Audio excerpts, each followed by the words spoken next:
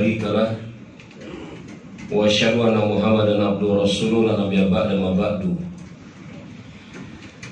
Satu hal yang harus ada pada diri seorang muslim, seorang mukmin, adalah dia wajib memiliki prasangka baik kepada Allah Subhanahu wa taala. Yang dengan prasangka baik tersebut akan melahirkan sikap dan keadaan dia meyakini Allah Subhanahu wa taala tidak akan mungkin menyia-nyiakan hamba-hambanya yang beriman, yang berusaha mengerjakan amal soleh dan taat kepadanya. Dengan sebab itu, maka seorang hamba yang beriman, yang dia meyakini Allah Subhanahu wa taala, memiliki prasangka baik kepada Allah Subhanahu wa taala, akan betul-betul bisa merealisasikan tawakal kepada Allah Subhanahu wa taala. Inilah yang telah kita bahas pada kesempatan yang telah lalu. Kaitan antara yakin dengan tawakal. Yakni kenapa Imam An-Nawawi rahimahullahu ta'ala berikan judul bab yakin dan tawakal. Padahal yakin ada satu masalah dan tawakal adalah masalah yang lain.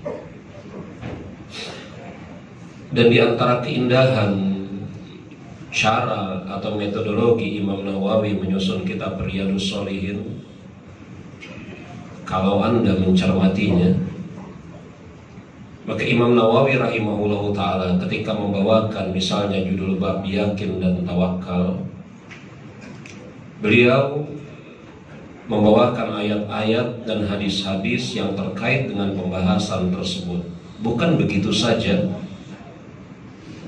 tetapi ayat-ayat yang menjelaskan atau memberikan contoh kepada kita tentang bagaimana orang-orang terdahulu dari kalangan para nabi dan rasul, sahabat Rasulullah SAW merealisasikan yakin dan tawakal. Nanti akan kita bacakan ayatnya dan kita jelaskan sedikit latar belakang ayat tersebut. Setelah kita diberikan contoh tentang ada generasi yang telah merealisasikan yakin dan tawakal, kemudian Imam An-Nawawi rahimahullahu ta'ala sebutkan ayat-ayat, hadis-hadis yang menjelaskan tentang bahwasanya keyakinan dan tawakal merupakan ciri seorang muslim, ciri seorang mukmin. Nanti akan kita sebutkan, kita jelaskan juga secara ringkas ayat-ayat yang mengisyaratkan akan hal ini. Dan kemudian Imam Nawawi rahimahullahu ta'ala sebutkan tentang fadilah atau faedah keutamaan yakin dan tawakal. Nanti juga akan kita sebutkan, kita bacakan beberapa ayat dan kita sebutkan penjelasannya secara ringkas di dalam kesempatan ini. Jadi Imam Nawawi sebutkan tentang ada orang-orang yang mencontohkan kepada kita bagaimana tentang keyakinan dan derajat tawakal. Karena kita perlu contoh.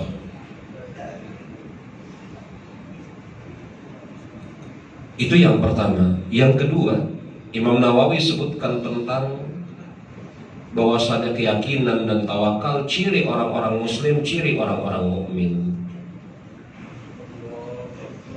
Dan yang ketiga, Imam Nawawi sebutkan tentang yakin dan tawakal, buah-buahnya, fadilah-fadilahnya.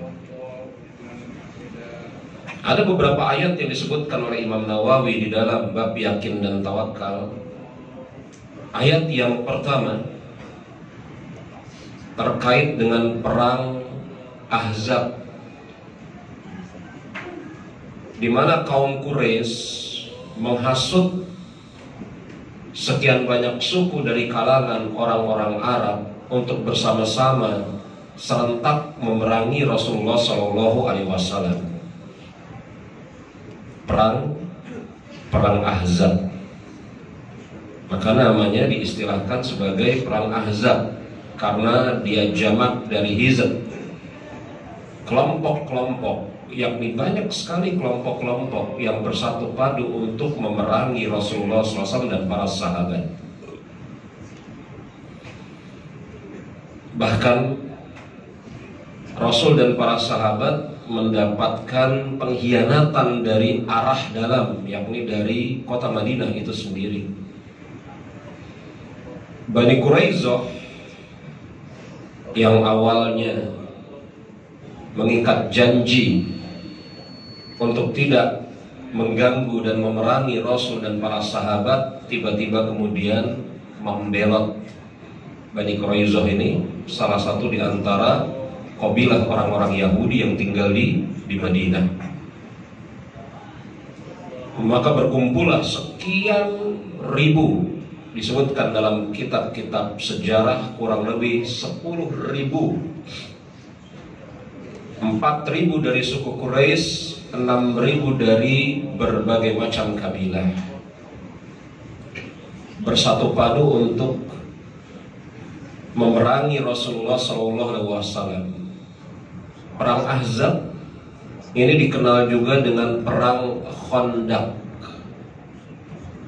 Perang Ahzab dan perang Khandaq itu satu peperangan. Khandaq adalah parit yang digali mengitari kota apa?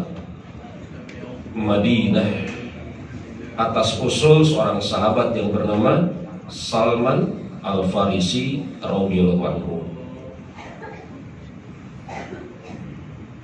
Maka Allah Subhanahu wa ta'ala gambarkan keadaan kaum muslimin, para sahabat pada saat itu. Allah Subhanahu wa ta'ala berfirman dalam surat Al-Ahzab ayat yang ke-22, "Walamma ra'al mu'minuna ahzaba qalu haza ma wa'adana Allah wa rasuluhu." Ketika orang-orang mukmin itu melihat golongan-golongan, kelompok-kelompok tersebut bersatu padu hendak menyerang mereka, mereka bukannya gentar, tetapi mereka bahkan mengatakan, inilah yang dijanjikan oleh Allah Subhanahu wa ta'ala kepada kita, dan benarlah Allah serta Rasulnya. Wa ma zadahum ila imanan wa tasliman. Dan tidaklah kejadian tersebut melainkan menambah pada diri mereka, yakni para sahabat, keimanan dan ketundukan. Jemaah rahimani wa rahimakumullah, ketika kemudian orang-orang kafir dari kalangan musyrikin Quraisy dan berbagai macam kabilah Arab hendak menyerang kaum muslimin, maka sebagian di antara kaum muslimin merasa gentar hati mereka. Tetapi kegentaran tersebut kemudian Allah Subhanahu wa ta'ala hilangkan. Dan bahkan mereka mengatakan, ini adalah yang dijanjikan oleh Allah Subhanahu wa ta'ala kepada kita,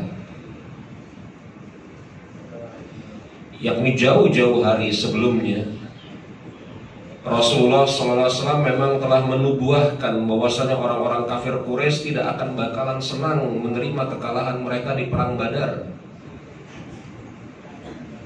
Jauh-jauh hari sebelumnya Rasulullah SAW telah menubuahkan, mengisyaratkan, mengingatkan para sahabat bahwasanya orang-orang Quraisy tidak akan mungkin senang menderita kekalahan di perang Badar, yakni pada suatu saat mereka akan berusaha untuk membalas. Omongan Rasul ini terbukti bahwasanya orang-orang kafir Quraisy dan sekutu-sekutunya berusaha untuk membalas. Makanya sebagian sahabat mengatakan, inilah yang dijanjikan oleh Allah Subhanahu wa ta'ala dan Rasulnya. yakni yang dijanjikan oleh Allah Subhanahu wa Ta'ala dan Rasulnya berupa kemenangan kaum muslimin, pertolongan dari Allah Subhanahu wa Ta'ala, terbukanya berbagai macam pintu-pintu negeri-negeri yang lain. Karena ketika maklum Rasulullah SAW menggali parit yang mengitari kota Madinah, ada satu batu yang sangat besar yang tidak ada seorang pun sahabat yang bisa memecahkannya. Anda bayangkan, parit Khandaq itu kurang lebih sekitar 7 kilo panjangnya,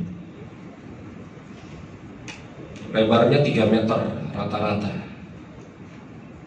dalamnya hampir 4 meter, digali oleh Rasul dan para sahabat dengan alat seadanya. Nggak ada yang namanya traktor ataupun yang semisalnya. Mereka menggali parit tersebut dengan tangan dan menjumpai ada satu batu yang menghalangi mereka. Tidak ada seorang pun sahabat yang bisa memecahkan batu tersebut. Maka Rasul pukulkan palunya, pecah batu tersebut. Dan Rasul kemudian bertakbir Allahu Akbar, pada hari ini akan dibukakan perbendaharaan Persia, Romawi, dan negeri Syam. Rasul sebut 3. Saya agak lupa secara urutan, tetapi 3 inilah: Persia, Romawi, dan negeri Syam. Karena perang Ahzab ini diikuti kurang lebih 10.000 orang-orang dari berbagai macam suku, kabilah. Perang besar yang beritanya menyebar kemana-mana. Kalau kemudian kaum muslimin pada saat itu lemah keyakinannya, kemudian kalah, maka pintu menuju kemenangan berikutnya lebih sulit. Kalau kemudian kaum muslimin pada saat itu yakin, kemudian Allah Subhanahu wa Ta'ala berikan kemenangan, pintu Persia, Romawi, dan Syam terbuka.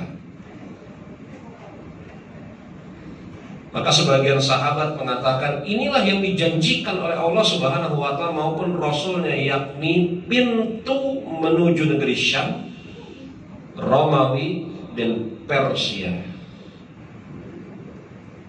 Mereka tidak gentar, mereka maju, dan Allah Subhanahu wa Ta'ala berikan kepada mereka kemenangan pada perang Ahzab tersebut.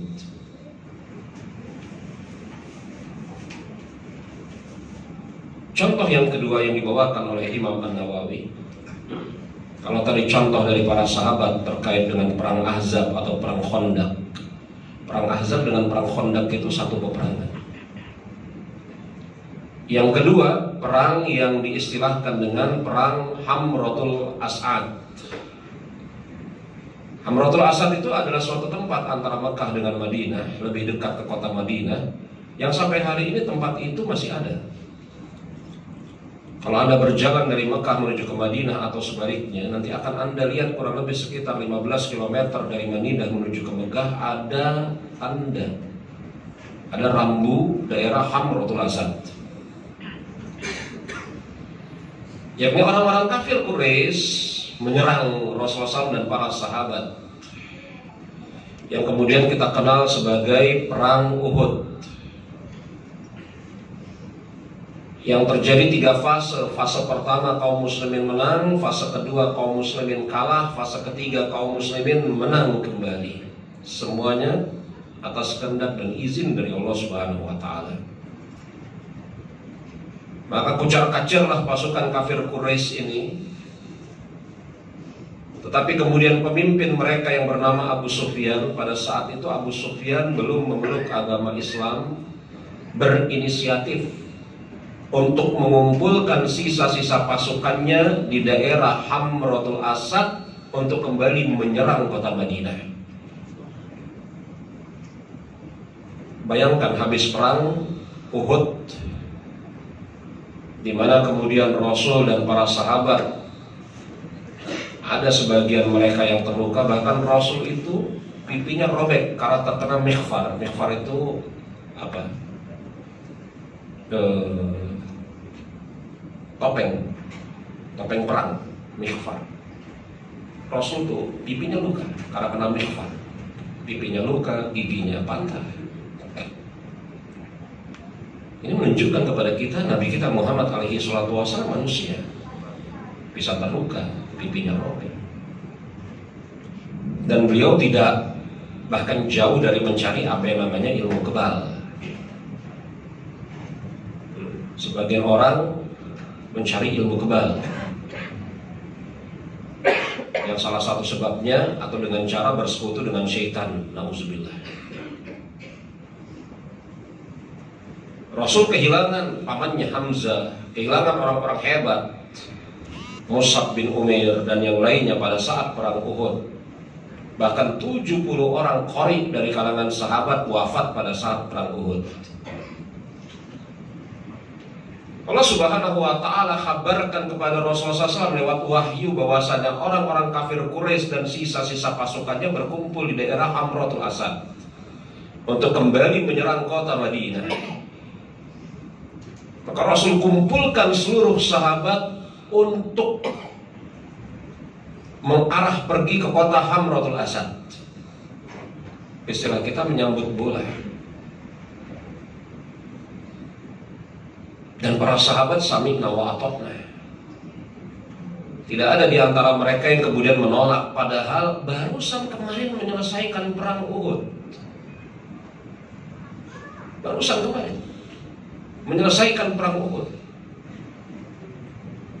Itulah yang kemudian terkait dengan cerita Rasulullah SAW menanggalkan baju perangnya. Kemudian malaikat Jibril turun memerintahkan kepada Rasulnya, yakni Allah Subhanahu wa ta'ala memerintahkan lewat perantaran malaikat Jibril untuk kembali memakai pakaian perang. Maka mereka pergi berjalan menuju berjalan menuju daerah Hamratul Asad. Dari kota Madinah, dari Uhud menuju Hamratul Asad itu kurang lebih sekitar 12 km, 12-13 km jalan. Dan Anda jangan bayangkan perjalanan seperti hari ini. Perjalanannya seperti 1400 tahun yang lalu. Maka di tengah-tengah perjalanan Abu Sufyan sengaja mengirim orang-orang untuk menyebarkan desas-desus dengan tujuan melemahkan semangat pasukan Rasulullah SAW. Ini yang namanya perang psikologis. Jadi Abu Sufyan sengaja sepanjang perjalanan sekitar 12-13 km dari Uhud, ya sekarang Uhud, tempat yang masih ada sampai sekarang Uhud, sampai ke Hamratul Asad yang kurang lebih sekitar 12-13 km, Abu Sufyan sengaja menyebar orang-orang untuk menyebarkan desas-desus dengan tujuan melemahkan semangat Rasul dan para sahabat. Bahwasanya orang-orang di sana di Hamratul Asad itu jumlahnya sangat banyak, dengan perbekalan yang lengkap. Mereka bukan hanya sisa-sisa pasukan dari perang Uhud, padahal para sahabat seluruhnya baru kemarin menyelesaikan perang Uhud. Maklum, kalau baru menyelesaikan perang, betapa lelahnya. Kita belum pernah merasakannya. Tapi coba bayangkan betapa lelahnya setelah berperang. Tidak ada tambahan pasukan baru bagi para sahabat, tidak ada. Dilemparkan desas-desus di sana, manusia yakni orang-orang Quraisy dan sekutunya bertambah banyak jumlah mereka maupun perbekalannya. Orang-orang yang baru fresh segar pun tambah banyak, dengan satu tujuan untuk melemahkan semangat para sahabat. Allah Subhanahu wa ta'ala menguatkan para sahabat lewat perantaraan wahyunya yang akan dibaca sampai hari kiamat. Surat Ali Imran ayat 173 sampai 174. Allazina qala lahumun nasu innan nasa qad jama'u lakum. Yaitu orang-orang yang mentaati Allah dan Rasulnya, merekalah para sahabat. Orang-orang yang mentaati Allah dan Rasulnya, merekalah para sahabat. Yang ketika ada orang-orang yang mengatakan kepada mereka, orang-orang Quraisy telah mengumpulkan pasukan untuk menyerang kalian. Orang-orang Quraisy telah mengumpulkan pasukan untuk menyerang kalian. Fakhshawhum, maka hendaklah kalian takut. Mundur, ngapain pergi ke Hamratul Asad? Balik aja ke kota Madinah. Itu yang diinginkan oleh Abu Sufyan. Abu Sufyan pada saat itu belum masuk Islam ya. Ngapain capek-capek ke Hamratul Asad? Kalian akan menderita kekalahan. Pulang aja ke kota Madinah, menyerah tanpa syarat, tinggalkan segala macam perbekalan. Adapun orang-orang yang telah menjadi pasukan, adapun orang-orang yang telah menjadi tawanan perang kami, maka relakan. Adapun orang-orang yang telah menjadi tawanan perang kalian, maka lepaskan. Itu maksud mereka menyebarkan desas-desus tersebut. Orang-orang yang mentaati Allah dan mengumpulkan pasukan untuk menyerang kamu, maka takutlah kalian kepada mereka. Ditakut-takuti para sahabat kaum muslimin dan Rasulnya oleh orang-orang Quraisy ini. Tapi apa kata Allah Subhanahu wa ta'ala? Fazadahum imanan. Mereka bukannya takut, tetapi bahkan bertambah keimanan mereka. Wa qalu hasbunallahu wa ni'mal wakil. Dan mereka mengatakan sebagaimana perkataan yang pernah diucapkan oleh orang-orang yang mengikuti Musa alaihissalam ketika berperang melawan Fir'aun, cukuplah Allah sebagai pelindung atau penolong kami. Dan apa yang terjadi jemaah? Ketika mereka tidak takut karena meyakini akan kebenaran ucapan Rasulullah SAW, mereka terus berjalan ke Hamratul Asad. Tidaklah mereka jumpai orang-orang kecuali hanya sisa api-api dan arang-arang. Yakni yang takut malah orang-orang kafir Quraisy ini. Mereka kabur dari daerah Hamratul Asad. Maka perang Hamratul Asad pada hakikatnya tidak pernah terjadi yang namanya peperangan bertemunya pasukan kaum muslimin dengan orang-orang kafir Quraisy. Karena ketika kaum muslimin sampai ke daerah Hamratul Asad, mereka tidak jumpai orang-orang tersebut. Yang mereka jumpai hanya bekas api, jejak-jejak, bekas-bekas makanan. Yakni mereka memang orang-orang kafir Quraisy pernah bermalam di sana. Tetapi ketika kemudian mereka menjumpai kaum muslimin, bukannya malah takut, makan malah semakin mendekat ke daerah mereka berada, mereka putar haluan balik ke kota Mekah. Bahkan kaum muslimin, mereka mengucapkan kalimat yang persis diucapkan oleh pasukan Nabi Musa alaihissalam ketika melewati lautan, hasbunallahu wa ni'mal wakil. Cukuplah Allah bagi kami, dan cukuplah Allah Subhanahu wa ta'ala sebagai pelindung bagi kami. Kita mendapatkan dua contoh di dalam masalah ini. Contoh dari generasi terbaik para sahabat, contoh dari Rasulullah SAW.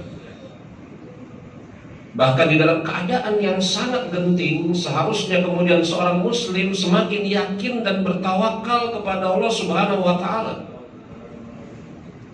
Ini keadaan yang sangat genting. Perang Ahzab atau perang Khandaq, Rasul menghadapi musuh dari dua arah sekaligus, dari arah Mekah dan dari arah kota Madinah. Siapa musuh dari arah kota Madinah? Itu dia, pembelotan atau yakni apa? Pengkhianatan Bani Quraisyah. Situasi yang sangat genting,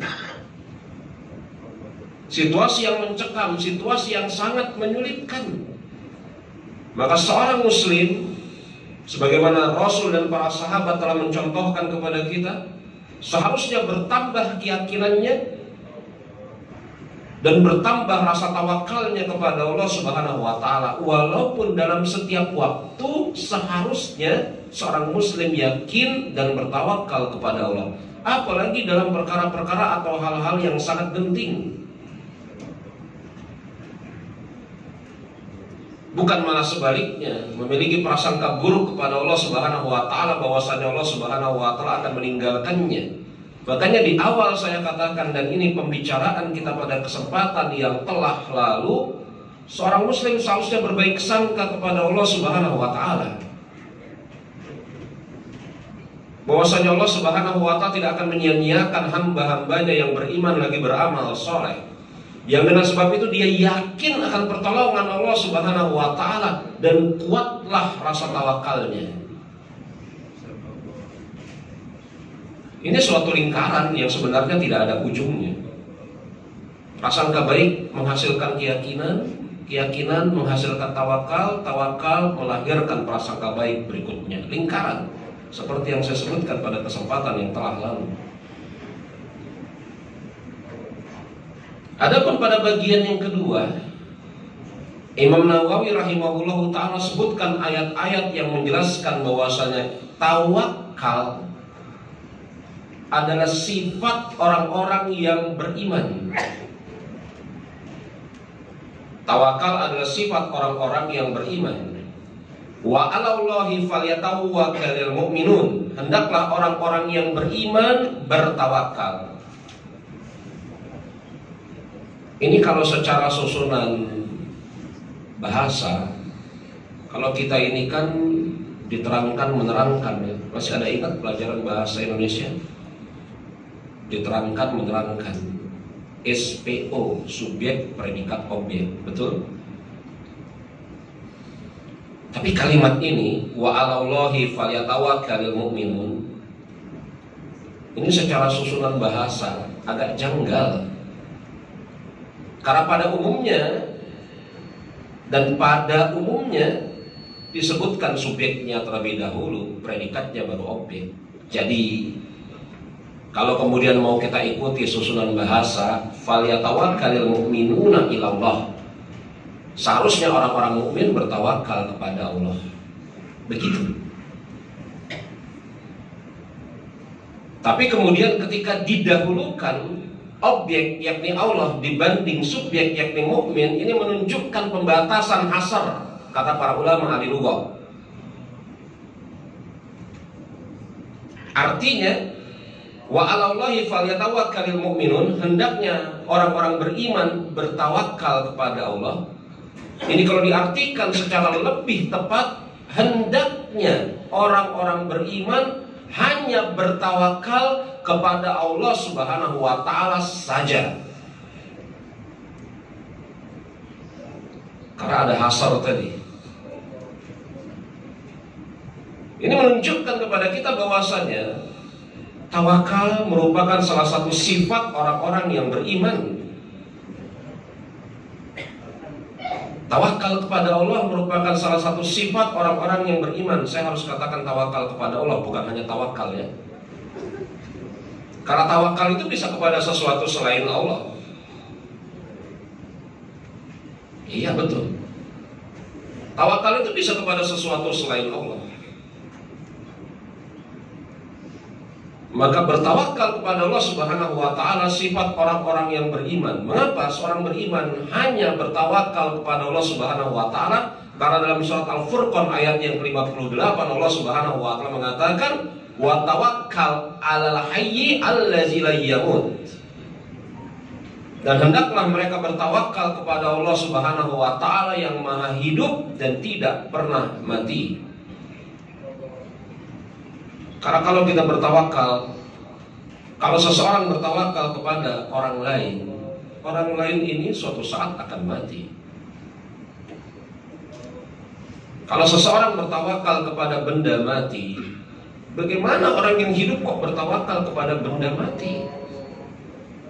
Ini kan merendahkan derajat kemanusiaannya. Ada sebagian orang yang bertawakal kepada benda mati.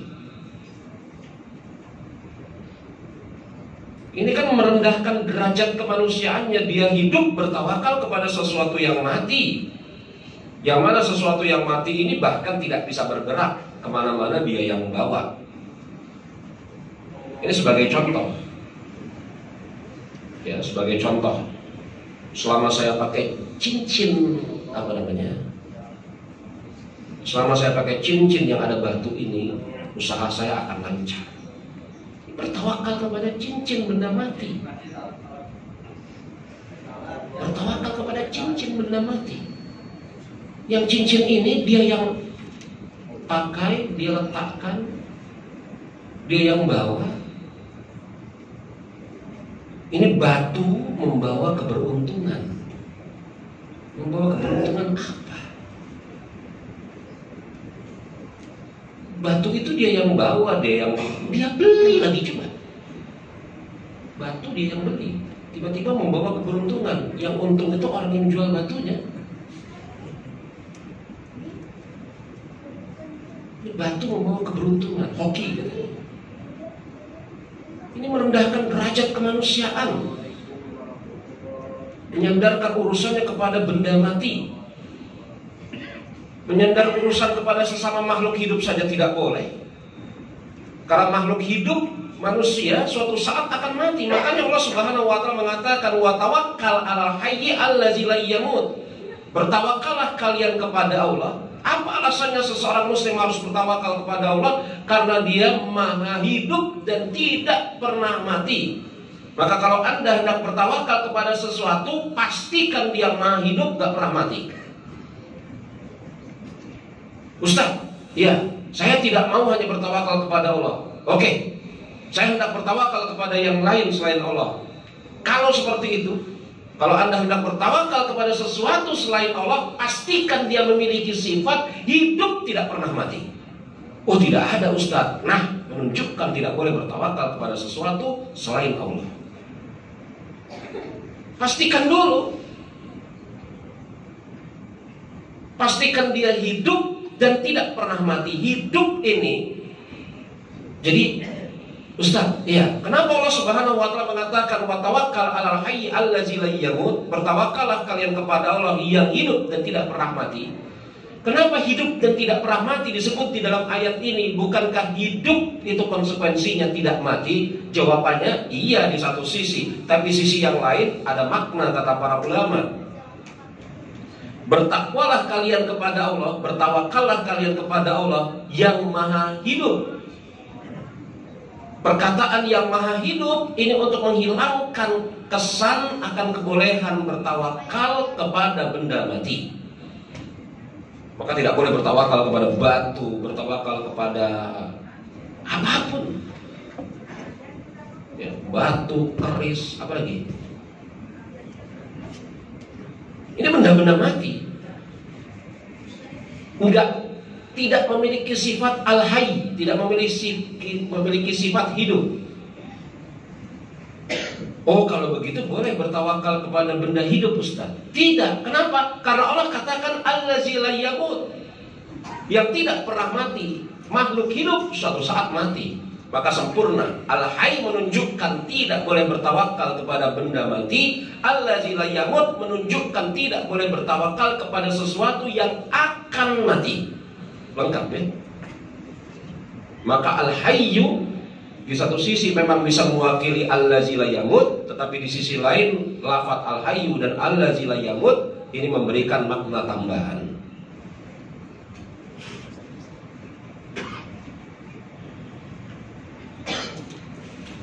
Adapun kemudian bagian yang ketiga, udah jam 1 lewat. Kalau yang pertama,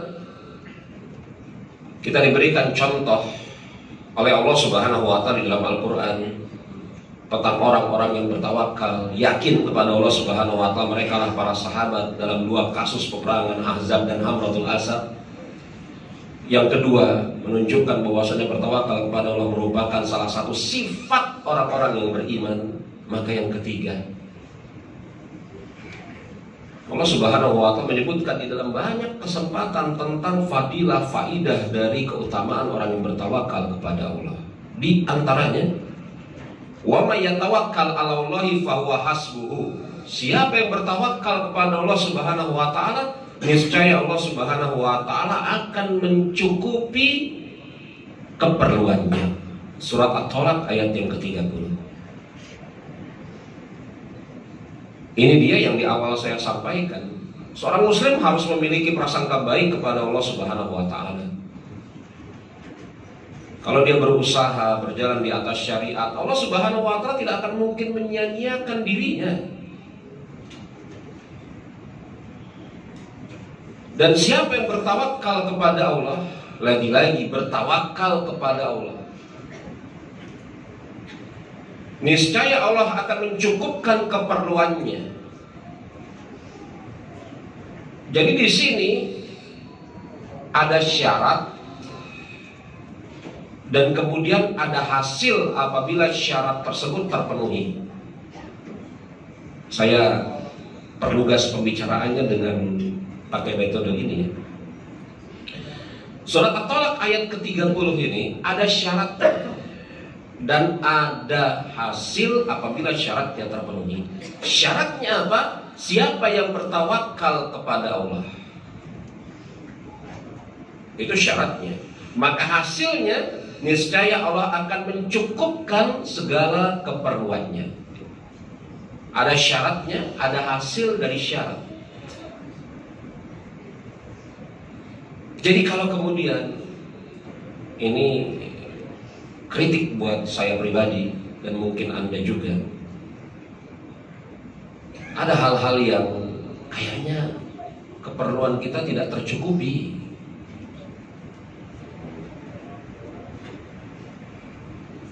Berarti syaratnya belum terpenuhi. Itu ya? Enggak? Enggak ya? Kan begitu aja ya? Kan ada syarat. Syaratnya bertawakal kepada Allah. Kemudian ada hasil apabila syaratnya terpenuhi. Allah akan mencukupi. Mencukupi ya?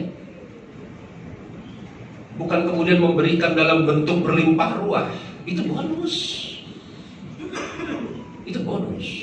Memberikan dalam bentuk berlimpah ruah, banyak, bisa dipakai sampai 7 turunan. Itu bonus. Cukup aja dulu deh.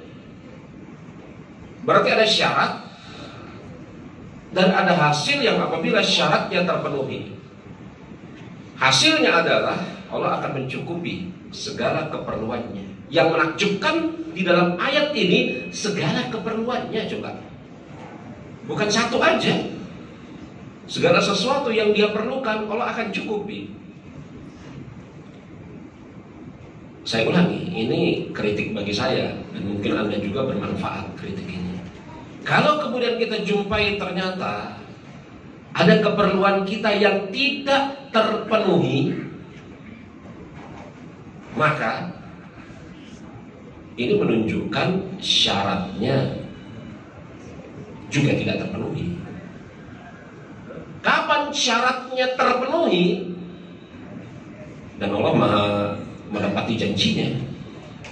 Kapan syaratnya terpenuhi, niscaya hasil dari syaratnya akan terwujud.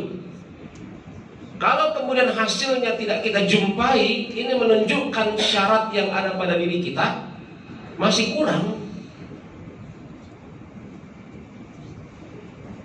Jadi tawakal kita belum sempurna atau ternodai dengan titik-titik yang lain.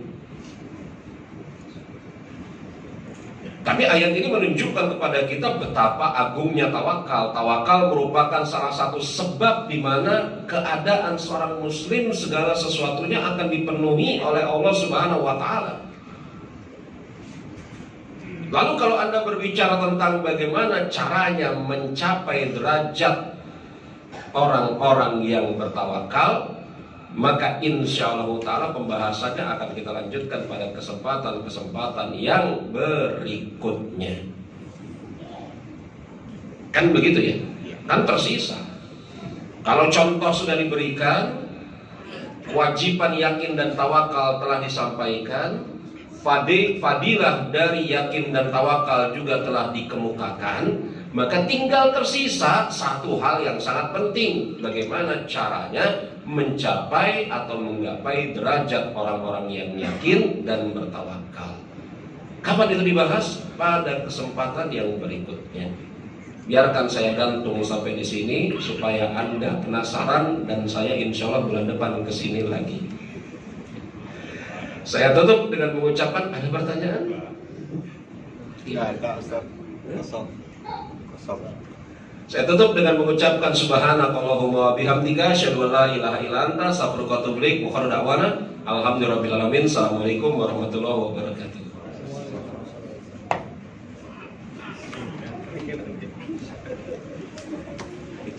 Itu sengaja itu.